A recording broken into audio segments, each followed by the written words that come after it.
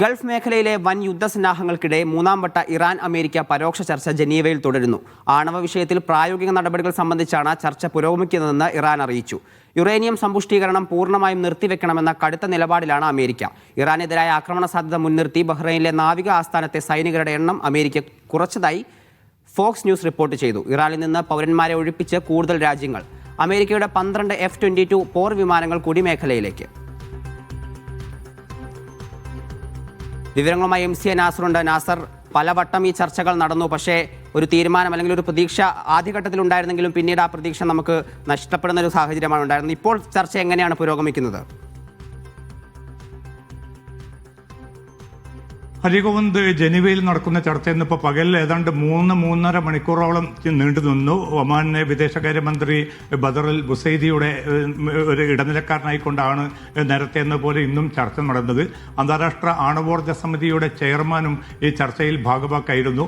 ഏതു വിധത്തിലും ഇറാനും അമേരിക്കയ്ക്കും ഇടയിൽ ഒരു ആണവ കരാർ രൂപപ്പെടുത്തുക എന്ന ലക്ഷ്യത്തോടു കൂടിയാണ് മധ്യസ്ഥ രാജ്യങ്ങൾ ആ ശ്രമങ്ങൾ ഈ അർദ്ധരാത്രിയിലും തുടർന്നുകൊണ്ടിരിക്കുന്നത്. പക്ഷേ പൂർണ്ണമായിട്ടും അനുകൂലമായിട്ടുള്ള അനുഭാവപൂർണ്ണമായിട്ടുള്ള ഒരു നീക്കുപോക്കിലേക്ക് ഇരു രാജ്യങ്ങളും എത്താനുള്ള സാധ്യത കുറവാണെന്നാണ് ഏറ്റവും അവസാനമായിട്ട് റിപ്പോർട്ടുകൾ വ്യക്തമാക്കുന്നത്. ഇന്ന് വൈകിട്ട് ചർച്ച അവസാനിക്കുമ്പോൾ ഇറാൻ വിദേശകാര്യമന്ത്രി അബ്ബാസ് അറാഗ്ചി വ്യക്തമാക്കിയത് വളരെ ഫലപ്രദമായ കാര്യങ്ങളിലേക്ക്, പ്രായോഗികമായ കാര്യങ്ങളിലേക്ക് ചർച്ചകൾ നീങ്ങുന്നുണ്ട്. അത് ആശാവഹമാണ്. പക്ഷേ അതേസമയം വലിയ തോതിലുള്ളൊരു കടുംപിടുത്തം അമേരിക്കയുടെ ഭാഗത്തു നിന്നുണ്ട്. അതിൽ കുറെ കൂടി വിട്ടുവീഴ്ച വരികയാണെങ്കിൽ ഒരു പക്ഷേ ഏറ്റവും സുപ്രധാനമായിട്ടുള്ള ഒരു കരാറിലേക്ക് നീങ്ങാൻ സാധിക്കുമെന്നാണ്. ഇതിൽ ഏറ്റവും പ്രധാനപ്പെട്ട ഒരു കടമ്പയായി നിൽക്കുന്നത് യുറേനിയം സമ്പുഷ്ടീകരണ പ്രക്രിയ പൂർണ്ണമായിട്ടും നിർത്തിവെക്കണമെന്ന ഒരു നിലപാടിൽ തന്നെയാണ് അമേരിക്ക നിലയുറപ്പിച്ചിരിക്കുന്നത്. താൽക്കാലികമായിട്ട് വേണമെങ്കിൽ ഈ യുറേനിയം സമ്പുഷ്ടീകരണം നിർത്തിവെക്കുന്നത് ഉൾപ്പെടെയുള്ള കാര്യങ്ങൾ ചർച്ച ചെയ്യാമെന്ന് ഇറാനും അറിയിച്ചതായിട്ട് റിപ്പോർട്ടുകൾ വ്യക്തമാക്കുന്നുണ്ട്. പക്ഷെ അതിന് കൃത്യമായിട്ടുള്ള ഉപാധി ഇറാൻ മുന്നോട്ട് വെച്ചിട്ടുണ്ട്. ഇപ്പോൾ ഇതിനകം ഇറാന് മേൽ അടിച്ചേൽപ്പിച്ചിരിക്കുന്ന എല്ലാ ഉപരോധങ്ങളും നീക്കണം എന്നതുൾപ്പെടെയുള്ള കാര്യങ്ങളാണ് മുന്നോട്ട് വെച്ചിരിക്കുന്നത്. പക്ഷേ ആണവ പദ്ധതി തന്നെ ഇറാന് വേണ്ടതില്ല എന്നൊരു തീർപ്പിലേക്കാണ് അമേരിക്കയും ഇസ്രായേലും നേരത്തെ തന്നെ എത്തിച്ചേർന്നത്. അതുകൊണ്ട് തന്നെ അവരുടെ ഭാഗത്തു നിന്നുള്ള വളരെ ശക്തമായിട്ടുള്ള കടുംപിടുത്തമുണ്ട്. കാരണം അതല്ല എങ്കിൽ ഒരു യുദ്ധത്തിലേക്ക് കാര്യങ്ങൾ നീങ്ങുമെന്ന കൃത്യമായിട്ടുള്ള മുന്നറിയിപ്പ് ഇന്ന് വൈകിട്ടും US സ്റ്റേറ്റ് സെക്രട്ടറി മാർക്കോ റൂബിയോയും നൽകിയിട്ടുണ്ട്. കാരണം ഇറാൻ വളരെ ഗുരുതരമായിട്ടുള്ള ഒരു ഭീഷണിയാണ് അമേരിക്കക്ക് സൃഷ്ടിച്ചുകൊണ്ടിരിക്കുന്നത്.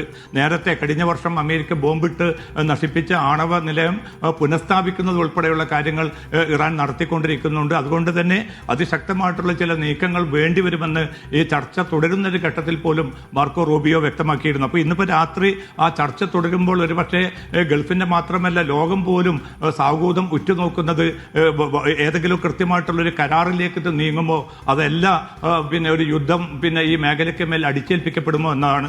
ഒരുപക്ഷെ വരും മണിക്കൂറുകൾ വളരെ നിർണായകമായിരിക്കും.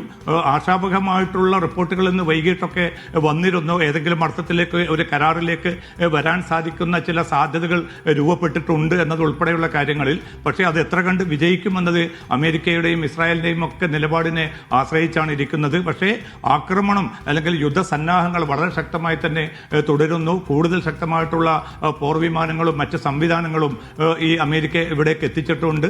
അതുകൊണ്ട് തന്നെ ഒരു പരിമിതമായിട്ടുള്ളൊരു ആക്രമണമാണെങ്കിൽ അങ്ങനെ, അതല്ലെങ്കിൽ നീണ്ടു നിൽക്കുന്ന ഒരു ആക്രമണത്തിലേക്കും അമേരിക്ക നീങ്ങിയേക്കുമെന്ന റിപ്പോർട്ടുകൾ കൂടിയാണ് അമേരിക്കൻ മാധ്യമങ്ങൾ പുറത്തുവിടുന്നത്. എന്തായാലും വരും മണിക്കൂറുകൾക്കുള്ളിൽ ഈ ചർച്ച സമാപിക്കുന്നതോടുകൂടി മാത്രമായിരിക്കും ഈ ചർച്ച ആശാവഹമായിട്ടുള്ള ഒരു കരാറിലേക്ക് എത്തിച്ചേരുമോ എന്ന് സംബന്ധിച്ചുള്ള ഒരു കൃത്യതയിലെത്താൻ.